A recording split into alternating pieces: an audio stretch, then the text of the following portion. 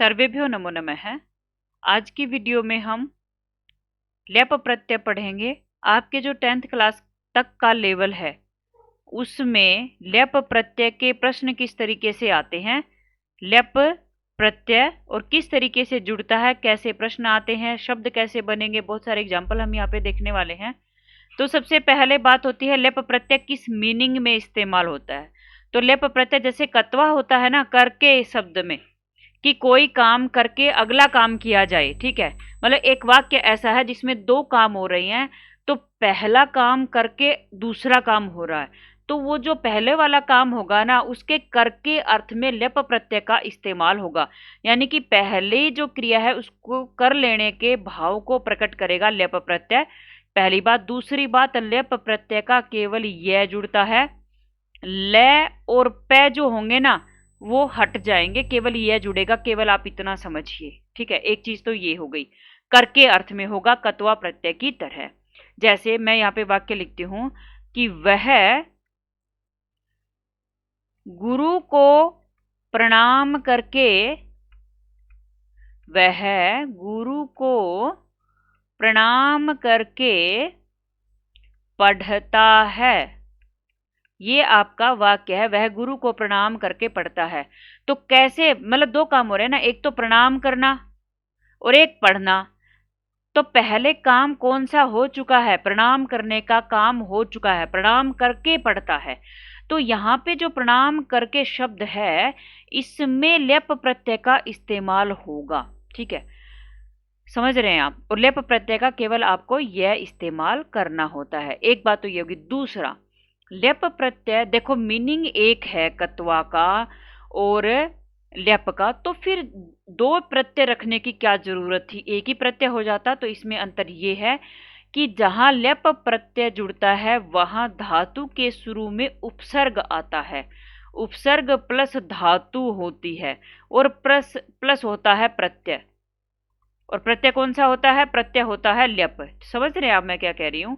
उपसर्ग कौन से होते हैं, उपसर्ग 22 होते हैं जो आप पढ़ते हो ना, अनु, उप, सह, निर, प्रति, यथा, जो शब्दों के शुरू में जुड़ते हैं। ठीक है, यानी कि लेप प्रत्यय के साथ उस धातु के शुरू में वो जो शब्द आपका होगा उसके शुरू में आपको उपसर्ग मिलेगा हमेशा। ठीक है, और जब भी आपको उपसर्ग मिल जाए और उपसर्ग और अंत में यह मिल जाए तो आपके लिए पहचानना आसान होगा। देखो बीच में तो धातु होगी होगी, ठीक है, शुरू में उपसर्ग मिल गया, अंत में यह मिल गया, तो आप वहां पे लेप प्रत्यय को बहुत अच्छे से टिक करके आ सकते हो पेपर में, क्योंकि मैक्सिमम टाइम पे आपके जो प्रश्न आएगा वो प्रत्यय को पहचानने का आता है। समझ रहे हैं आप। अब मैं कुछ शब्द यहाँ पे लिख लेती हूँ और फिर एक आध नियम भी बताऊंगी। ठीक है, जैसे मैंने यहाँ पे कि वह नमस्कार करके, तो मैं पूरा वाक्य लिख देती हूँ संस्कृत में। सह गुरुम प्रणम्य, सह गुरुम प्रणम्य पठति, पाठम पठति, पुस्तकम पठति, जो भी। ठीक है, कि वो नमस्कार करके पढ़ता है। तो प्रणम्य शब्द या तो यहाँ पे आपको अंडरलाइन किया हुआ मिलेगा पेपर में, या इसको थोड़ा मोटा गहरे काले अक्षर में लिख देंगे और आपको इसमें प्रत्यय बताना होगा। तो यहाँ पे ऑप्शन दिए होंगे कि यहाँ पे यह प्रत्यय है, यहाँ पे मैं प्रत्यय है, यहाँ पे लेप प्रत्यय, और आपको एकदम बिल्कुल आसान दिखने वाला होगा ना ऑप्शन, आप उसको टिक करके आने वाले हो। ठीक है, ठीक है, यहाँ पे ये अणम्य प्रत्यय, तो प्रत्यय कौन सा, यहाँ पे लेप प्रत्यय। जुड़ता क्या है, यह।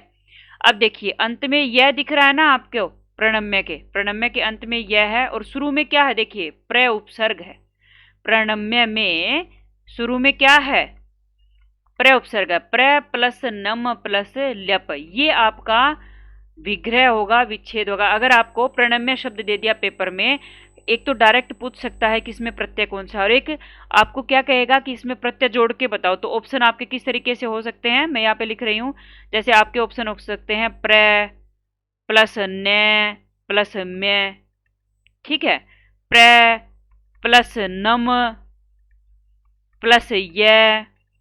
ठीक है, तीसरा ऑप्शन आपका क्या हो सकता है, प्र प्लस णम प्लस य, और चौथा ऑप्शन क्या होगा, प्र प्लस नम प्लस लेप।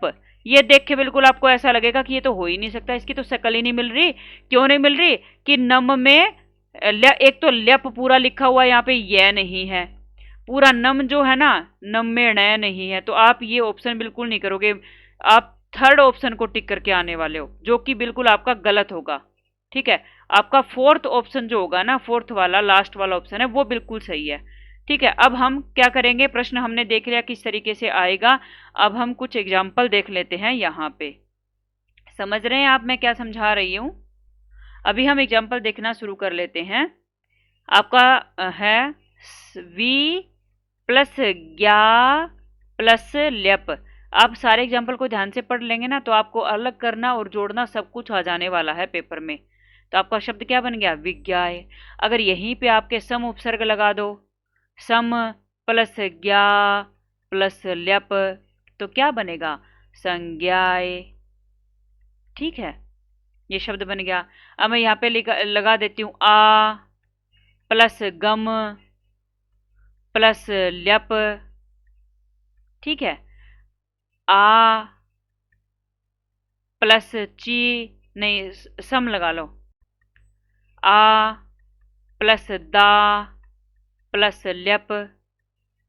ठीक है, सम प्लस ची प्लस ल्यप। अभी मैं एक चीज बताऊंगी आपको, आप उसको नोट कर लेना कि आ प्लस गम प्लस ल्यप मैंने यहाँ पे लिखा है ना, इसका शब्द क्या बनेगा? देखो, इसको यूं का यूं जोड़ दो, आ को, उपसर्ग को यूं का यूं जोड़ दो, उसके बाद क्या बनेगा? गय आपका आएगा और ल्यप का ये आएगा। ठीक है, अब ये जो मैं है ना, मैं, अब इसमें आपको क्या चीज नोट करनी है? आपको ये चीज नोट करनी है कि मैं तो हट गया। ठीक है, ये आधा अक्षर था, और धातु में जब भी धातु के अंत में कोई भी आधा अक्षर होता है ये हट जाता है। लेकिन आपको क्या नोट करना है कि प्रत्यय के पहले अगर ह्रस्व स्वर आया हो, ठीक है, ह्रस्व स्वर कहाँ आएगा? यहाँ पे ग पे, ये जो गम है ना, गम, गम का जो ग है, ग में ह्रस्व स्वर, ह्रस्व स्वर मतलब जो छोटी मात्राएं हैं, ए ई उ, जो छोटी ई की मात्रा, छोटी उ की मात्रा होती है ना, तो ए भी छोटा ही है ना, बड़ा तो आ होता है। ठीक है, तो ए है ग में, तो यहाँ पे क्या करोगे? आप तय लगाओगे, प्रत्यय और धातु के बीच में तय लगेगा, तो आपका शब्द बन गया आगत्य। ये आपको नोट करना है।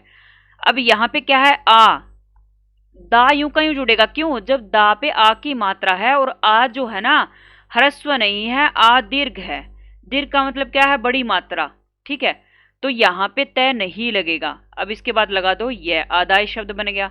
अब इसके बाद ये देखिए ची शब्द, ची धातु को देखिए आप, ची धातु में छोटे ई की मात्रा है, तो छोटे ई की मात्रा जब भी प्रत्यय के पहले होगी तो उसमें बीच में तय जुड़ेगा।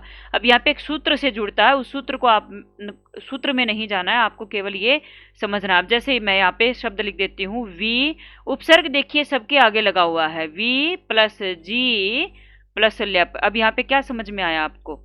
जय पे छोटे ई की मात्रा लगी हुई है तो बीच में तय आएगा, वी जी आधा तय और यह, यानी कि जब भी छोटे ई की मात्रा हो प्रत्यय के पहले तो आप वहां पे बीच में तय लगाएंगे। ठीक है, जैसे मैं यहाँ पे लगा रही हूं वी प्लस स्मृ प्लस ल्यप। अब इसका क्या बनेगा?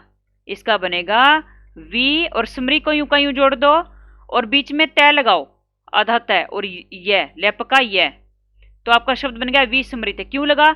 ये जो री है ना, ये छोटी री है, क्योंकि संस्कृत में री जो होती है वो डबल होती हैं, री भी होता है और री भी होता है, यानी कि डबल री भी होता है। ठीक है, तो आपका बन गया विस्मृत शब्द बन गया। मैं शायद जो समझा रही हूं आपको समझ में आ रहा होगा। अभी हम कुछ और एग्जाम्पल देख लेते हैं, एक आध ये तय वाले भी देखेंगे, जैसे कि विस्मृत्य की तरह ही, विस्मृत्य की तरह आप अगर यहाँ पे देख लेते हैं, उप प्लस क्री प्लस ल्यप, इसका भी सेम रहेगा, री छोटी है ना यहाँ पे, तो आपका शब्द बन जाएगा उप को यूं का उपसर्ग तो यूं का यूं जुड़ता है, नो चेंज, क्री धातु यूं की यूं, बीच में तय लगाओ और यह जोड़ दो ल्यप का, उपकृत्य। यानी कि शब्द के शुरू में उपसर्ग और शब्द के अंत में आपको जब यह दिखाई दे तो वहां पे आपको ल्यप प्रत्यय को टिक करके आना है, ल्यप प्रत्यय को लिखना है। समझ रहे हैं आप मैं क्या कह रही हूं? आगे देख लेते हैं। अगला एग्जाम्पल है प्र प्लस दा प्लस ल्यप। ठीक है, उसके बाद एक और एग्जांपल लिखते हैं हम, आ प्लस दा प्लस ल्यप। जो बीच में तय लगता है शायद उसको समझ गए होंगे, क्योंकि वो तय जो आता है ना वो पेपर में प्रश्न गलत कराता है, और आगत्य तो मैक्सिमम टाइम पेपर में आता है। ठीक है, तो आप उसको आ गए वगैरह कुछ करके आ जाते हो, बीच में तय नहीं जोड़ते, तो उससे आपका प्रश्न गलत हो जाता है। ठीक है, ये हो गया आपका। फिर उसके बाद एक और लेते हैं, प्र प्लस आप प्लस ल्यप। उसके बाद है आ प्लस नी प्लस ल्यप। आपको पता है सबका यह तो जोड़ना ही है, और उपसर्ग यूं का यूं जुड़ेगा। उपसर्ग को यूं का यूं जोड़ दो, यह जोड़ दो। ये काम सबसे आसान है। ये यूं का यूं ले लो, बीच में धातु होती है ना, बस उसको जोड़ना होता है। फिर यह, फिर आ और ल्यप का ये सब में है। उसके बाद दा को जोड़ो, नो चेंज। ये शब्द बन गया प्रदाय। दा को जोड़ दो, शब्द बन गया आदाय। अब यहाँ पे क्या करना है, जो आप है ना, आपकी जो आ की आप है, आ है शुरू में, वो आ की मात्रा प्र पे लगा दो जोड़ने के लिए, और पे आधा ही रहेगा, तो आपका शब्द बन गया प्राप्य।